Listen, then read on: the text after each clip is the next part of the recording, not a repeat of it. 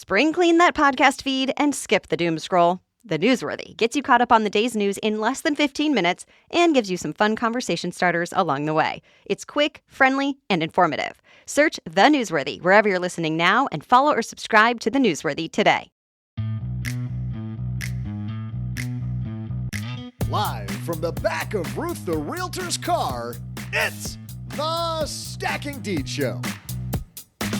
I'm Ruth's neighbor and part-time mechanic, Neighbor Doug, broadcasting live from the spacious, luxurious trunk recording studio. Welcome back to a ride through the wonderful world of real estate investing. Today, our hosts Alan and Crystal will share their 5 different strategies of buying a second home. It's not as hard as you think.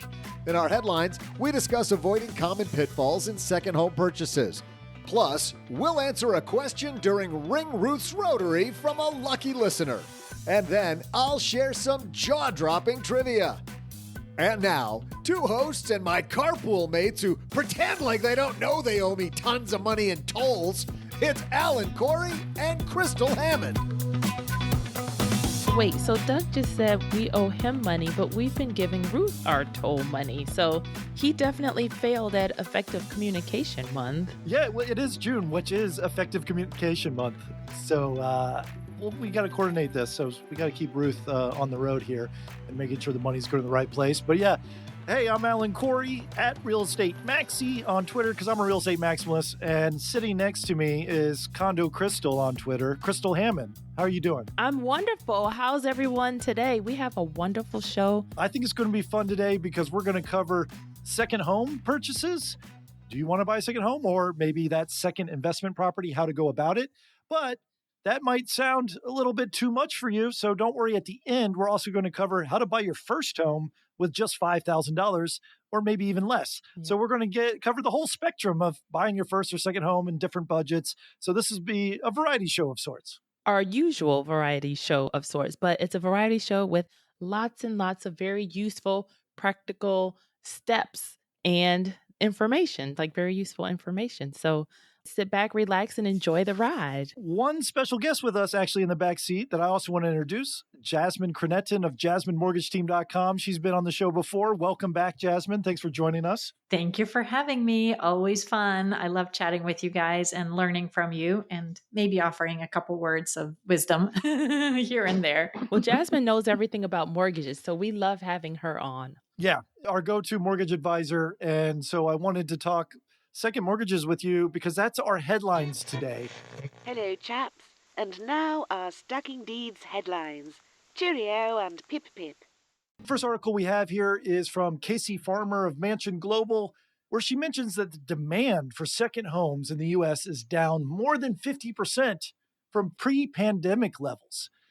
Are you seeing this, Jasmine, on your end? Are mortgage applications down 50%? I think that's an accurate statement. I think that second home purchases have or seem to have slowed down in the last couple of years. More specifically, I would say in the last year. The reason for that would probably be, from my perspective, is some of the loan level pricing adjustment changes that kicked in for conventional mortgages beginning mid of last year, where conventional loan rates for vacation homes or for second homes are now, give or take, just about the same as investment home purchases. So traditionally, that has not been the case? Yeah, traditionally, primary residence and second homes or vacation homes had the same interest rates. So the advantage was always that you always had to put a little bit more down for a second home than primary. It was always 10% down, which is still true. You could get a vacation home with 10% down, but the interest rates were the same as primary mortgage rates versus now interest rates are, about 1% higher than conventional primary home rates, which is pretty much up at, on par with where investment homes are. And so I think that the reason we have seen so much less activity in vacation home, dare I say, because a lot of people knowingly or unknowingly do commit occupancy fraud. Dare we say the F word? Fraud. Yep. That is actually, funny enough, that is like the highest type of fraud committed in mortgages, believe it or not, is occupancy fraud. People saying that they're going to occupy property when they're not. And FBI investigates mortgage fraud, y'all. So it's a serious, serious thing. So if I'm hearing you correctly, this is what you're saying, that it used to be that the terms for a second mortgage required a lower down payment and it came with a lower interest rate. And you had to pretend like this was going to be your second home that you were going to use, as a vacation home. And you might rent it on the side. Wink, wink, nudge, nudge. It's really a full-time rental. That's the occupancy fraud. That is the occupancy fraud part of it. Yes. Because if you know that you are buying a home that you are going to be renting out, then it's a money-making business situation. And then you need to buy it as an investment property. So that's why I like to use the term vacation home more so than second home, because I feel like sometimes people don't understand, a lot of people just understand the second home as literally, this is not your first house, this is your second house, right? But second home really means vacation home. And so some of the specifics that underwriters will look for to validate that you are buying a vacation home is that it needs to be in a vacation spot. So is it near a lake? Is it on the beach? Is it in the mountains? If I have a home in Atlanta, I cannot have a second home in Atlanta as well, right? I can have a vacation home or a second home at the lake an hour and a half outside of Atlanta or down in St. Pete in Florida, but I cannot have a vacation home 3 doors down just because it's the second home I'm purchasing, right? So that I just want to make sure that everybody's kind of clear on what is considered a vacation home and what that type of mortgage is for. That definitely makes sense because it is highly unlikely that my vacation home is 2 blocks from my primary home. So then if vacation homes are normally a lower down payment, and maybe that's why people do commit occupancy fraud. I never heard that term before. So then what are the terms for buying your first investment property, which would most likely be that second home? Yeah. So just a couple things to mention. So if you're buying a vacation home, you're going to have a 10% down payment.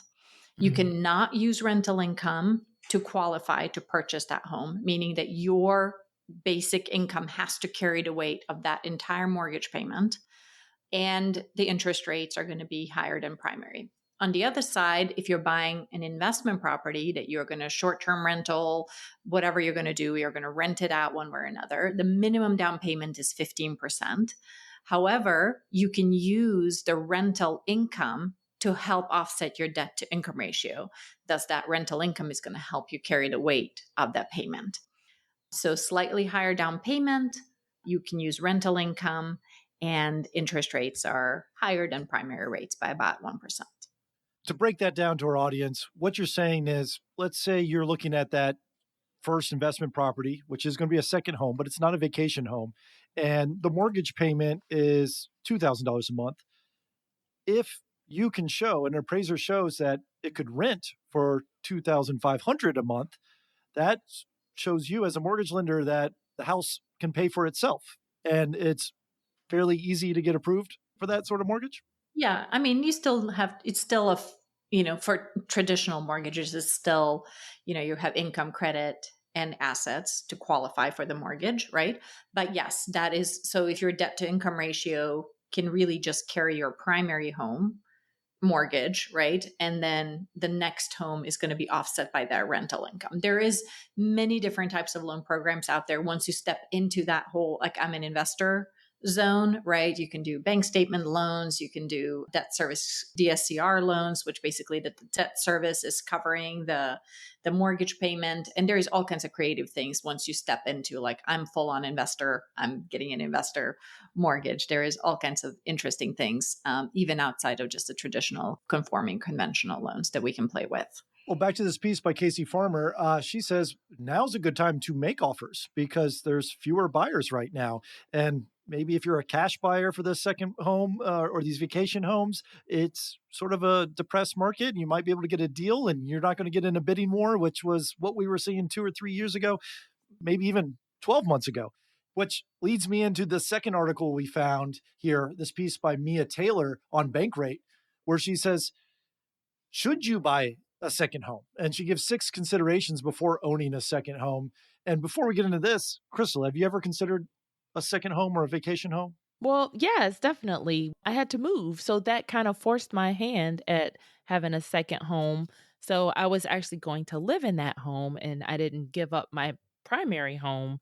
That was how I got into my second home. It picked me instead of me picking it. No, I love that sort of I just, like that. I like that a lot. yeah, that breadcrumb trail of primary residences, and you just keep it and hold it as a rental. For me, a vacation home, it sounds awesome, but I'm the type of guy who wants to go a different location for every vacation. And so I don't want to go back to the same home. And I know if I have my own vacation home, when I am on vacation there, I'm going to be doing home repairs and fixing things up, and I won't ever be able to relax. But that's my personal preference. I do love it when my friends have a vacation home and they invite me along, no doubt. But what Mia says in this article is that you really have to consider the financing options, which we've discussed. But she also mentions your ability to travel to other destinations. Do you want to get stuck vacationing in one place for the long term over and over again? Where do you guys stand on this? Well, they say nowadays they call it revenge traveling. So people are really traveling a lot more than they were during the pandemic when, they were stuck at home, stuck teleworking. So now that the telework age is over, people are ready to be back out and about. So I feel like even for you, Alan, like I think it should be easier to do maybe like housing swaps. Like if you're tired of vacationing, you can say, hey, by the way, I have a home by this lake at this place. You can find 12 friends with possibly vacation homes at other lakes. So I feel like that maybe shouldn't be a deterrent because of the whole house swapping and Verbo and Airbnb. Those are options. Yeah. I grew up in Europe, so it was Oh. it was very typical to have like a weekend home, right? So not necessarily like a vacation home that it's going to be like a 6-hour drive or a flight, but it's like something that you can go to on the weekends that's either up in the mountains or near a lake. So that's my preference because I want to be able to drive to it very quickly and just get away from the city. So that's where I stand on the second vacation home. Like I have a little cottage on a lake about an hour away from here, and I love getting away from the city on the weekends. Oh. The nice thing that I like about being able to get away on the weekends is that when I'm at home on the weekends, I'm like doing laundry and meal prepping and all that kind of crap. While I'm at the lake, it's just like, well, let's play cards. Let's read a book. Let's just hang out and have fun. Housework is not staring back at you. Yeah. So that's what I like about vacation homes. That's my speed. One more thing I noticed in this article that they mentioned, and I think this is funny. I know this is something that you would disagree with. Well, one thing they say, consider the full financial impact. And so, of course, Alan always says, do the math. The math will let you know if this is a great decision or not. But they were saying things to consider. They're like, are you saving at least 15% of your current income for retirement? That's a good thing. Do you have 6 months of, expenses for emergency fund? Yep, that's a good thing. Are you out of credit card debt? I believe we all can agree that yes, that's a step. But then the one I think Alan would hate is your current home paid off? And I know you discourage that, and tell the fans why you discourage paying off your first home. Yeah, well, my analogy for that is, if I find $1 on the ground right now, I can take that dollar, walk into a gas station and buy $1 worth of candy, or I can mail in that dollar and pay off $1 of my principal balance on my mortgage. Now, if I fast forward, 10 years and I don't pick up that dollar, but 10 years later, that dollar is still there, I pick it up. I now have the exact same 2 options.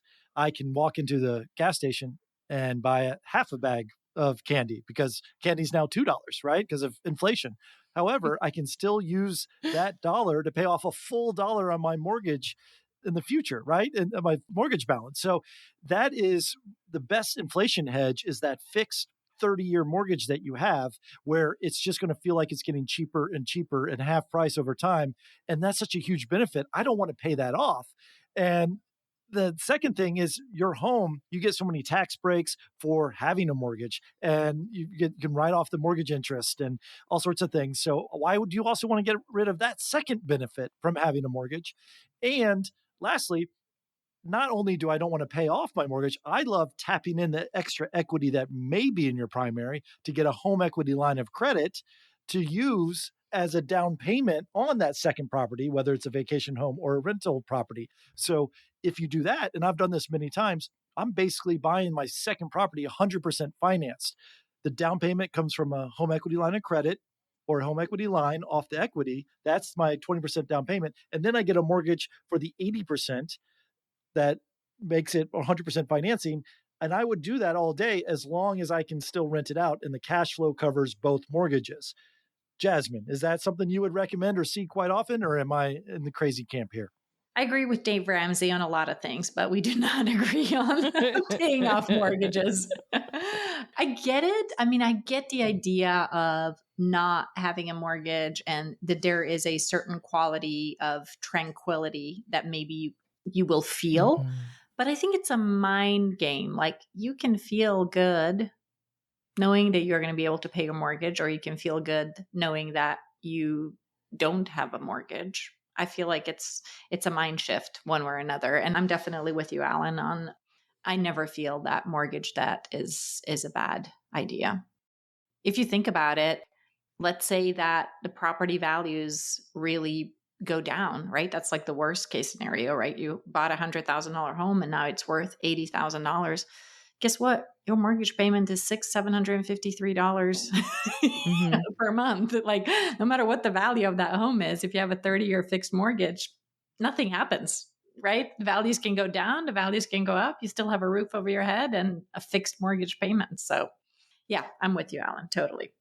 And I feel like also Alan's way, like when you're using your home equity to pay for your next home, I feel like that opens the door for, more money you can use to get the next house. And there's less, I guess, occupancy fraud. Like what am I trying to say? I'm trying to say like there's less hoops you have to jump through when you have your down payment as opposed to trying to like come up and scramble with different programs to see that you qualify for. Yeah, because then you have that down payment and then you're leveraging, the equity, which, I think is the big piece. Like I had a client just recently where she bought a home for about $280,000, give or take, a couple of years ago. Meanwhile, she accumulated about $100,000 worth of debt.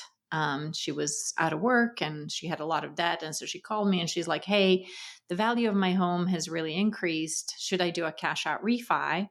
But also, by the way, my kids need to get into a better school zone, right? And so the way she leveraged the equity in her home is that she sold her house for like $450,000. Nice. She paid off her debt with the proceeds, and she still had a 20% down payment on the next home, and she got into a better school zone, and she got into a slightly more expensive home, but her monthly expenses went way, way down because she paid off $100,000 worth of debt.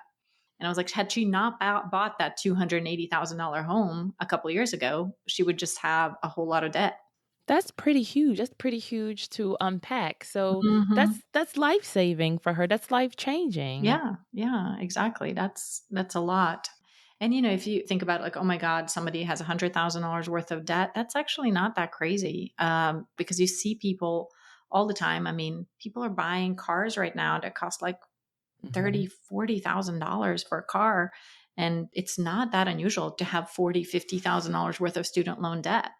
And Yeah. you can have that kind of debt before you're 25 in a blink of an eye, and you're starting off your life in like absolute negative negative equity. So if you have a home that at least is appreciating, you can leverage that and use that to buy other wealth creating investments. Yeah. And I feel like that's why a lot of people tend to stay put because they're like, oh no, I don't want to, if my home has appreciated, I don't want to move because where am I going to move to? Housing prices are up and I can't afford it. But you just proven that, hey, just from selling that house, she was not only able to pay off all of that debt that she had. So there you go. That freed up a lot of disposable income for her. Then Mhm. she also had enough left over to make a sizable down payment on that next bigger home. And then, her children are in a better school district. That's like real estate. That's like a triple win or Yeah, quadruple yeah, win. exactly. I was like, that's amazing. And sort of that concept,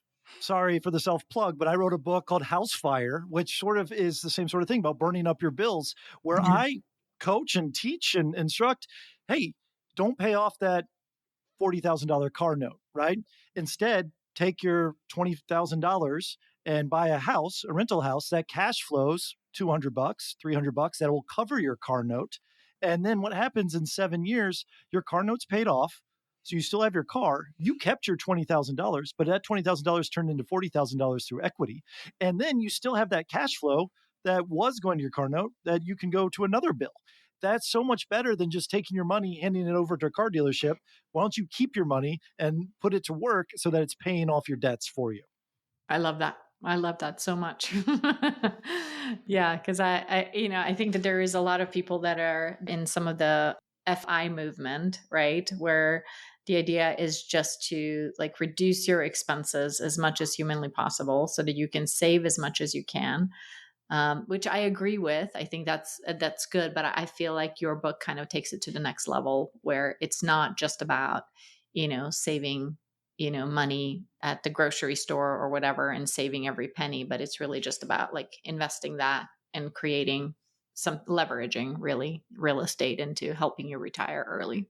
And I feel like we all are we're spenders. So let's talk about how we earn the money, that's easy to spend, like if you have the car payment, like just like Alan said, have a house that's paying that car payment for you.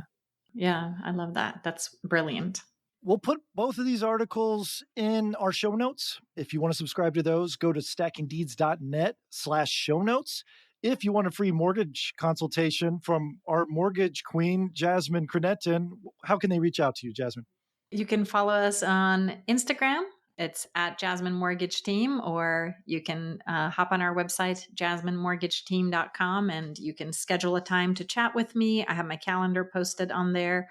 You can fill out a quick pre-qual if you want to get pre-approved, and we are always available to help you think through and come up with a game plan, whether it's to buy something, in 3 months, 6 months, or 2 years. We're happy to help you and make a plan for you.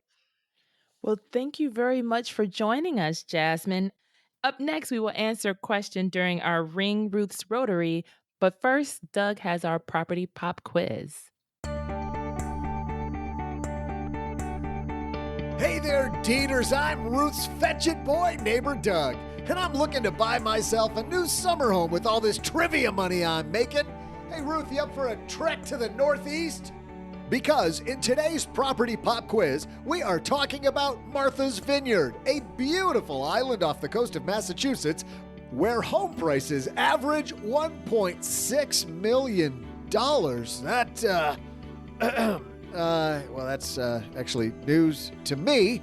I'm going to have to double check my budget. Anyway, this locale, which has nothing to do with Martha Stewart, was actually a large and prosperous whaling industry back in the 19th century, making locals say, I'm going to need a bigger boat. But it really became famous when on today's date, back in 1975, Steven Spielberg debuted a new movie filmed on this island. What was the name of this record-breaking smash hit film that put Martha's Vineyard on the map? I'll be right back with the answer after this, but first, I want to maybe start with a summer campsite and a kayak to make sure I really like it out there before I splash out the big cash. It's a prudent thing to do, right? Have you struggled with an insurance company that doesn't understand the challenges of being a landlord? And also, did you know that traditional homeowners insurance will not protect you in the event of a claim if you're renting out your house to tenants? That's why we've partnered with America's best-rated landlord insurance provider, Steadily. Steadily offers you the most comprehensive and hand-picked insurance. Their team of experts understands the rental market inside and out, and they know what it takes to safeguard your investments, minimize risk, and maximize your peace of mind. You will sleep easy knowing that you and your investments are protected. Head on over to stackingdeeds.steadilypartner.com and get your insurance quote today.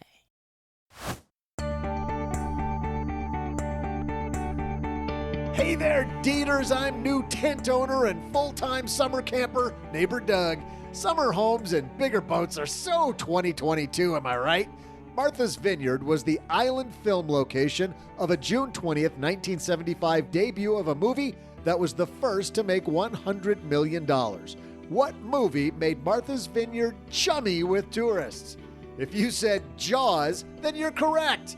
The film actually paid local Martha's Vineyard residents $65 a day to run up and down the beach and scream. Heck, I do that for free. I wonder how many takes it took for them to afford one of those homes. Maybe that's where the real money is. I'm on the wrong career path, Ruth. Anyway, let's get back to our real estate lifeguards, Corey and Crystal Hammond.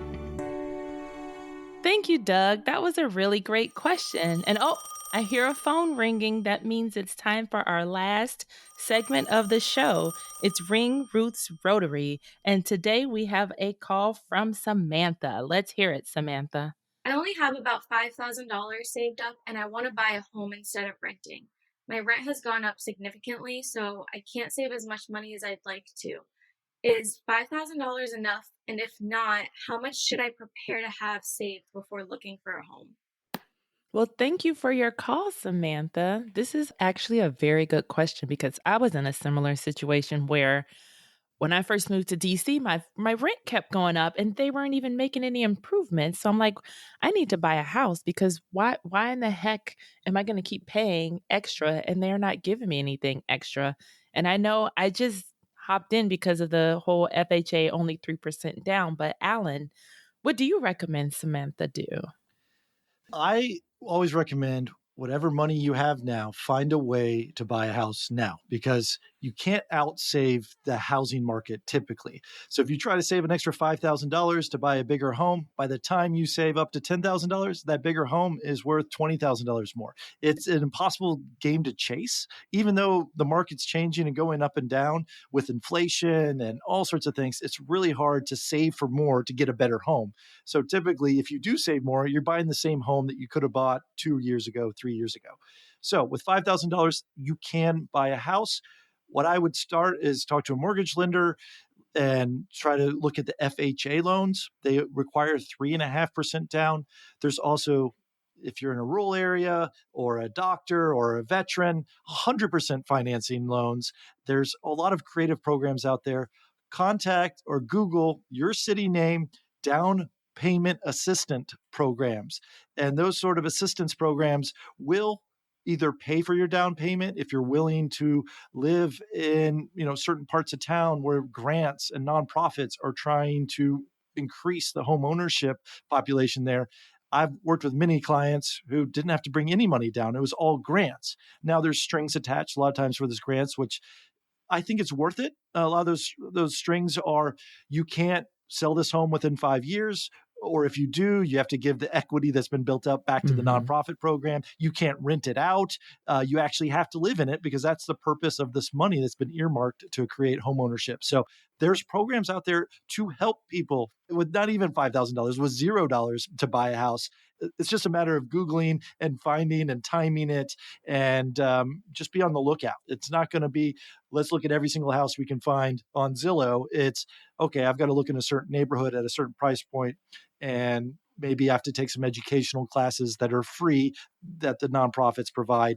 But if you kind of go down their path, there's a way to home ownership for you, Samantha. Oh, very great tips. So listen to what Alan says. First of all, you can buy a house with the money you have now.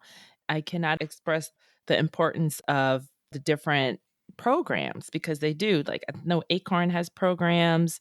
So definitely get with your mortgage lender. They do. They have, when you Google like your city down payment assistance, like Alan just said, like they have different programs. They're occupation based. They can be zip code based. They can be income based. So definitely start your research, get your Google machines ready for your next adventure, your homeownership adventure. And one more thing to remember, Crystal, is that banks and mortgage brokers like Jasmine Krnjetin, who's on with us in the car earlier, they're in the business of finding a way to give you money. Like, they cannot be in business if they can't find a way to give everyone a mortgage. Like, they're not trying to put you in a precarious situation. They're trying to make sure that you are secure in home ownership, and they are in the business to find a way. And they can also guide you to these grant programs and agents who work with first-time home buyers and all sorts of stuff. So there's programs out there. It does take a little bit of due diligence and upfront work on your part as a buyer, Samantha, to find the right programs and just align with those to make sure that you can take advantage of it. And when you go through the mortgage process, like, they are going to make sure you're not buying something that you can't afford also. They're going to vet you and look at everything. Yeah, they're not in the business of foreclosures for sure. So I think that wraps up our show. Thank you, Samantha, for listening. Thank you, Jasmine Krnjetin, for joining us. I really love the ideas and creativity around buying a second home. It's definitely a privilege. I like to do it with a rental, landlord mind, where the second home is going to provide income for me, not just be two mortgages that I'm carrying as a weekend. So maybe use Airbnb or turn them into long-term rentals. But there's ways to keep buying real estate, and that's what we wanted to teach today. If you've got a question for us, go to stackingdeeds.net/voicemail. We'll be happy to answer it here on Stacking Deeds. So reach out to Crystal and me. Let us know what's on your mind real estate wise. I agree, Alan. What an amazing show. I loved having Jasmine on again, and also talking about, how to buy our second home. So we're all in this together. So let's do this. So Doug, what should we have learned today? So what should we have learned today? First, take some advice from our esteemed hosts. Take the time to do the math to buy your second home. The numbers will let you know if the timing and property is right. Second, buying a home with $5,000 is enough if you find the right program for purchasing a home. But the big lesson? Driving through a toll booth in reverse doesn't mean the toll booth pays you. It's actually against the law, and you'll rack up a whole bunch of fines and fees. But you got me covered though, right, Ruth? Hello, Ruth. Thanks to Jasmine Radler and Steve Stewart for their production and audio services. And give Crystal Hammond and Alan Corey a follow online. That's at Condo Crystal and at Real Estate Maxi. See you next week, right here on Stacking Deeds.